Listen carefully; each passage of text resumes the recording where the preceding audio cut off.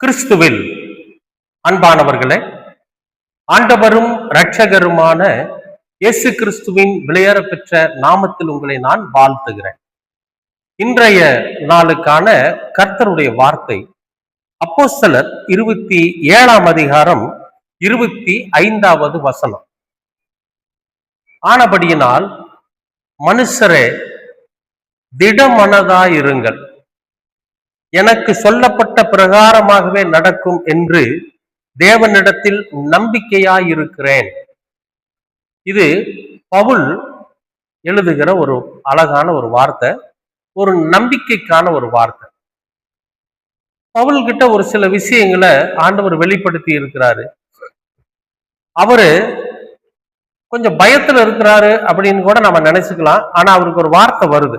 என்னன்னு கேட்டீங்கன்னா, பவுலே, பயப்படாதே, நீ ராயனுக்கு முன்பாக நிற்க வேண்டும். நீ போய் ஒரு இடத்துல ஒரு அதிகாரிக்கு முன்னால நீ நிற்க வேண்டியது இருக்கு. உன்னுடனே கூட யாத்திரை பண்ணுகிற யாவரையும் தேவன் உனக்கு தயவு பண்ணினார் என்றார். அதாவது பவுல் கூட யாரெல்லாம் பிரயாணப்படுறாங்களோ அவங்க எல்லாரிடத்திலையும் பவுலுக்கு தயவு கிடைச்சது,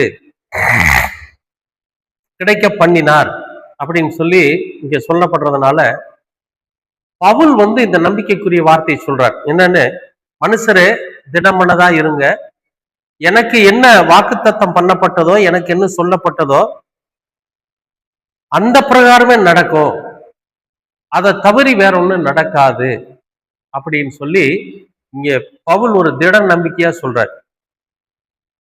இப்ப நமக்கெல்லாம் இந்த வார்த்தையினால என்ன சொல்லப்படுகிறது அப்படின்னா, எத்தனையோ போராட்டங்கள், எத்தனையோ கஷ்டங்கள், எத்தனையோ பிரச்சனைகள் வந்தாலும் நாம திடமனதா இருக்கணும் அப்படிங்கிறத தான் இந்த வசனம் இன்னைக்கு நமக்கு தெளிவா சொல்லுது.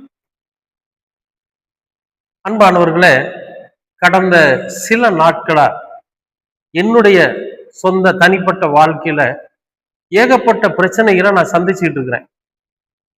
உடல்நிலை சரியில்லை, மனைவிக்கு உடல்நிலை சரியில்லை, பிள்ளைகள் வர்றாங்க, பண தேவை, இப்படி நிறைய விஷயங்களை நான் சந்திக்கிறேன். ஆனாலும் ஆண்டவர் அவ்வப்போது அந்தந்த சூழ்நிலைக்கு ஏற்றபடி கர்த்தர் என்ன வழி நடத்திட்டே வருவார். நான் மனசு விட்டுருவேன், என்ன ஆண்டவரே, என் வாழ்க்கை இப்படி இருக்குதே, நான் கடன் வாங்கக்கூடாது அப்படின்னு கர்த்தருடைய வார்த்தையை சொல்றேன், ஆனா நானே கடன் வாங்கக்கூடிய நிலைமைக்கு வந்துருவணும்னு எனக்கு பயமா இருக்கு அப்படின்னு ஆண்டவர்கிட்ட கேட்பேன். அதே மாதிரி உடல்நிலை, வியாதி, இதுக்கெல்லாம் ஆண்டவர் சுகம் தருகிறவர் அப்படின்னு நான் கர்த்தருடைய வார்த்தையை சொல்றேன், ஆனா நானே சுகவீனமா ஆயிருவணும்னு எனக்கு பயமா இருக்கு அப்படின்னு ஆண்டவர் இடத்துல கேட்பேன். ஏன்னா நான் ஒன்றும் பெரிய பரிசுத்தமானோ நீதிமானோ அல்லது கர்த்தருடைய வார்த்தைகளை சொல்லி அற்புதத்தை பண்ணக்கூடிய அளவுக்கோ நான் இன்னும் பெரிய ஆளா வளரல. கடவுளுக்கு ஒரு ஊழியம் செய்யணும் அப்படிங்கிற ஒரே ஒரு நல்ல மனசுல அதை ஒரு கடமையா எடுத்துக்கிட்டு இந்த காணொலியை நான் பதிவிடுறேன். ஒவ்வொரு நாளும் ஒரு நாள் அதிகாலையில எந்திரிச்சு ஒரு 3 மணி போல இந்த காணொலியை நான் பதிவிடுறப்ப எனக்கு மனசுக்குள்ள ஒரு சமாதானம் இருக்கும், ஒரு நிம்மதி இருக்கும். என்னமோ அன்னைக்கு முழுசும் நான் ஏதோ செய்ய வேண்டிய என்னுடைய கடமையை நான் செஞ்சு முடிச்சிட்டேன் அப்படிங்கிற மாதிரி இருக்கும். ஏன் நான் இதை சொல்றேன்னா, இந்த உலகத்துல கிறிஸ்துவின் சுவிசேஷத்தை அறிவிப்பது நம் தலையில் விழுந்த கடமையா இருக்கிறது அப்படிங்கிற அந்த ஒரு எண்ணம் எனக்குள்ள இருந்ததுனாலதான் நான் இந்த காரியத்தை செய்யறேன். ஆனாலும் சில நேரங்கள்ல இந்த வசனங்கள் நம்மை தேற்றும். இன்றைக்கு அப்படி ஒரு சூழ்நிலையில நான் வேதத்தை வாசிக்கிறப்போ எனக்கு கொடுத்த ஒரு வார்த்தை, திடமனதா இரு, பயப்படாதே. பவுலுகிட்ட சொன்ன அந்த வார்த்தை, அதை தான் ஆண்டவர் இன்றைக்கு உங்களுக்கு சொல்றாரு. என்ன சொல்றாருன்னா, பயப்படாதீங்க, திடமனதா இருங்க, கர்த்தர் கண்டிப்பா அற்புதத்தை செய்வார். என்னன்னா, நமக்கு சின்ன சின்ன தேவைகள் இருக்கு இந்த உலகத்துல. ஒரு மருந்து வாங்கணும், அல்லது ஏதாவது ஒரு வழியில நமக்கு ஒரு பண தேவை ஏற்படும், ஏதாவது ஒண்ணு வாங்கணும். ஒண்ணும் இல்லை, சாதாரணமா இருசக்கர வாகனத்துல போற மாதிரி இருந்தா நம்ம அதுக்கான எரிபொருள் போடணும். இதுக்கெல்லாம் பண தேவைகள் இருக்கு. நம்ம ஒன்றும் பெரிய அளவுல ஒரு வசதியாகவோ ஒரு பெரிய பணக்காரத்தனமான வாழ்க்கையோ ஒரு ஐஸ்வர்யவான் வாழ்க்கையோ அல்லது நிறைய பண வரவுகளோ நமக்கு இல்லை. நம்ம எவ்வளவு சம்பாதிக்கிறோமோ அந்த சம்பாத்தியத்துல நம்முடைய குடும்பத்திற்கு என்ன தேவையோ அதையெல்லாம் வச்சுக்கிட்டு தான் நம்ம வாழ்ந்துட்டு இருக்கிறோம். அது சில நேரத்துல பற்றாக்குறை ஆயிருது இல்லையா? நீங்க எல்லாரும் அப்படித்தான் இருப்பீங்க, நான் விசுவாசிக்கிறேன், நான் நம்புறேன். இந்த மாதிரி சூழ்நிலையில தான் நம்ம கடவுளை ரொம்ப ஆழமா தேட ஆரம்பிக்கிறோம். ஒண்ணுமே இல்லையே என்ன பண்றது, எதுவுமே கிடைக்கலையே என்ன பண்றது, அந்த ஒரு காரியத்தை நம்ம செஞ்சாகணுமே அதுக்காக என்ன பண்றது, மருந்து வாங்கி ஆகணுமே அதுக்கு என்ன பண்றது, இப்படியெல்லாம் நாம மனமுடைஞ்சு இருக்கிற சூழ்நிலையில கடவுள் நம்மை தேற்றுகிறதா இருப்பார். ஏதாவது ஒரு வழியில யாராவது ஒரு மூலியமா கர்த்தர் நிச்சயமா நமக்கு உதவி செய்வார். ஏன்னா நமக்கு அவரை தவிர வேற யாரும் இல்லை. கடவுளை தவிர, நம்முடைய ஆண்டவராகிய இயேசு கிறிஸ்துவை தவிர வேற யாரும் நமக்கு கிடையாது இந்த உலகத்துல. மனிதர்கள் இடத்துல நம்ம போய் கேட்டோம்னா நம்ம ஏளனம் பேசுவாங்க. என்னன்னு, இயேசு கிறிஸ்து சிலுவையில தொங்கி இருக்கிறப்ப இவர் பெரிய பிதா பிதான்னு சொல்லிட்டு இருந்தாப்லயே, அந்த பிதா இவரை ரட்சிக்கட்டும் அப்படின்னு சொன்னாங்க இல்லையா, ஏளனம் பேசுனாங்க இல்லையா. அந்த மாதிரி நாம யாராவது ஒரு மனிதர்கள் இடத்துல போய் உதவி கேட்டோம்னா, என்ன உங்க ஆண்டவர் உதவி செய்வாரு, ஏற்ற காலத்துல செய்வாருன்னு சொல்றீங்க, அப்புறம் இங்க என்னை கேக்குறீங்க அப்படிம்பாங்க. இந்த மாதிரி ஒரு இழிச்சொல், ஒரு அவமான சொல் எல்லாம் வரும். அதையெல்லாம் கடந்து, அதையெல்லாம் தாண்டி நமக்கு நன்மை செய்கிறவர் தான் நம்முடைய ஆண்டவர். அதுக்குன்னு ஒரு சிலர் ஆயத்தப்படுத்தி இருப்பார், இந்த சகோதரன் மூலம் இவருக்கு நம்ம உதவி செய்யணும் அப்படின்னு. அப்ப இன்றைக்கு ஆண்டவர் நம்ம பார்த்து சொல்லுகிற ஒரு வார்த்தை என்னன்னா, நீங்க எந்த விஷயத்துக்காக எந்த காரியத்துக்காக நீங்க மனம் கலங்கி இருந்தீங்கனாலும் சரி, தயவு செஞ்சு பயப்படாதீங்க, திடமனதா இருங்க. ஏன்னா ஆண்டவர் நமக்கு ஒரு வார்த்தையை சொல்லியிருக்காரு. இந்த வருடத்தின் ஆரம்பத்துல என்ன சொன்னார்னா, கேளுங்கள் உங்களுக்கு கொடுக்கப்படும், தட்டுங்கள் உங்களுக்கு திறக்கப்படும், தேடுங்கள் நீங்கள் கண்டடைவீர்கள் அப்படிங்கிற அந்த ஒரு அருமையான ஒரு வாக்கு தத்தத்தை நமக்கு சொல்லி இருக்கிறார். அவர் சொன்னபடி நடக்கும் கண்டிப்பா. 7 மாசம் முடிஞ்சது. இந்த 7 மாசங்களும் நம்முடைய வாழ்க்கையில எத்தனையோ பிரச்சனைகள் போயிருச்சு. ஆனாலும் நாம நிலை நிற்கிறோம். இது யாருடைய ஒரு கிருபைன்னு கேட்டீங்கன்னா, நம்முடைய ஆண்டவராகிய இயேசு கிறிஸ்துவோட கிருபை தான். அப்படி இல்லைன்னா நாம நிலை நிற்க முடியாது. அப்ப இன்னமும் கர்த்தர் நம்மை வழி நடத்துவார். இம்மட்டும் நம்மை வழி நடத்தின கர்த்தர், இம்மட்டும் நம்மை பாதுகாத்த கர்த்தர், இனி வரும் காலங்களிலே நம்மை பாதுகாக்க அவர் வல்லவராய் இருக்கிறார். அதுல ஒன்றும் மாற்றம் கிடையாது. அதனால இன்றைய வசனமாகிய இந்த வார்த்தை சொல்லுது, பவுலை பார்த்து நீ பயப்படாத, நீ ராயல்களுக்கு முன்பா போய் நிக்க வேண்டிய ஒரு சூழ்நிலை இருக்குது, இப்போ உன்னோடு கூட பயணிக்கிற எல்லாரிடத்திலிருந்தும் உனக்கு தயவு கிடைக்கும்.